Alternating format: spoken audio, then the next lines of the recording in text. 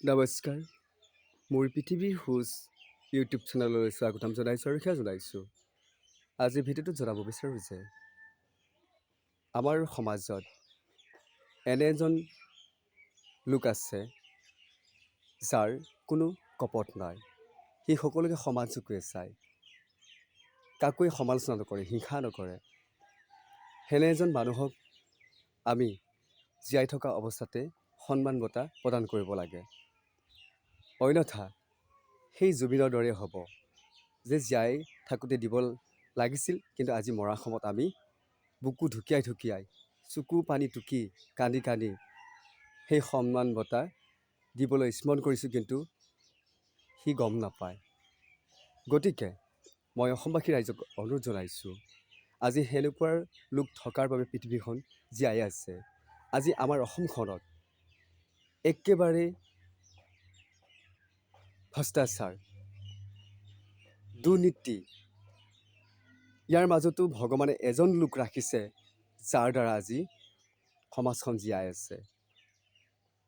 সেই মানুহজনক জীয়াই থকা অৱস্থাতে আমি চিনাকি দিব লাগে।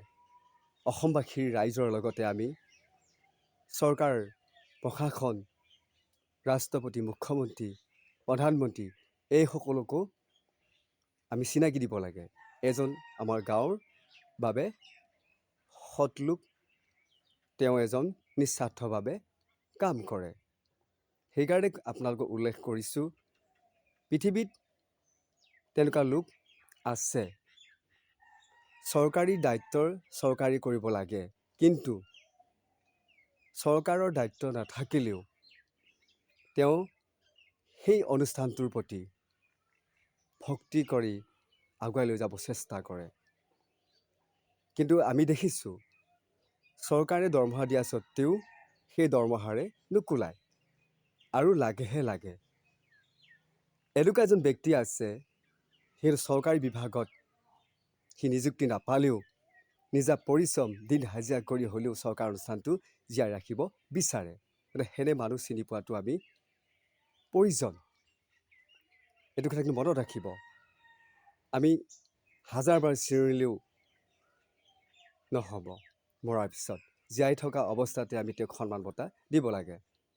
গতিকে যিজন মানুহ নিস্বাৰ্থভাৱে কাম কৰে, কৰ্মত, কথাত, স্বভাৱ চৰিত্ৰতেই চিনাকি, সঁচা এজন মনৰ মানুহ, দেশৰ বাবে, গাঁৱৰ বাবে, সমাজৰ বাবে চিন্তা কৰে। এইটো নিশ্চিত প্ৰতিখন সমাজতে একোজন একোজন তেনেকুৱা মানুহ আছে।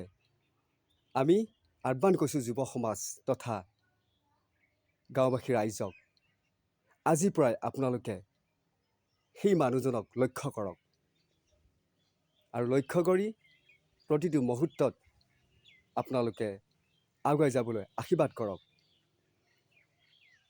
অন্যথা যিদৰে আজি জুবিন দাক আপোনালোকে হেৰুৱালে আৰু মৰাৰ পিছতহে আপোনালোকে গুণ গাইছে, তেনেকৈও আপোনালোকে বুকু ঢুকিয়াই ঢুকিয়াই কান্দিব লাগিব এদিনাখন। গতিকে জীৱন্ত অৱস্থাতে ভাল কাম কৰিবলৈ শিকক আৰু সেইসকলক সন্মান বঁটা দিবলৈ শিকক। এই মোৰ আহ্বান। বেছি দীঘলীয়া নকৰোঁ আৰু আপোনালোকৰ আশীৰ্বাদ, মংগল মই ভগৱানৰ ওচৰত অৰ্পণ কৰিছোঁ।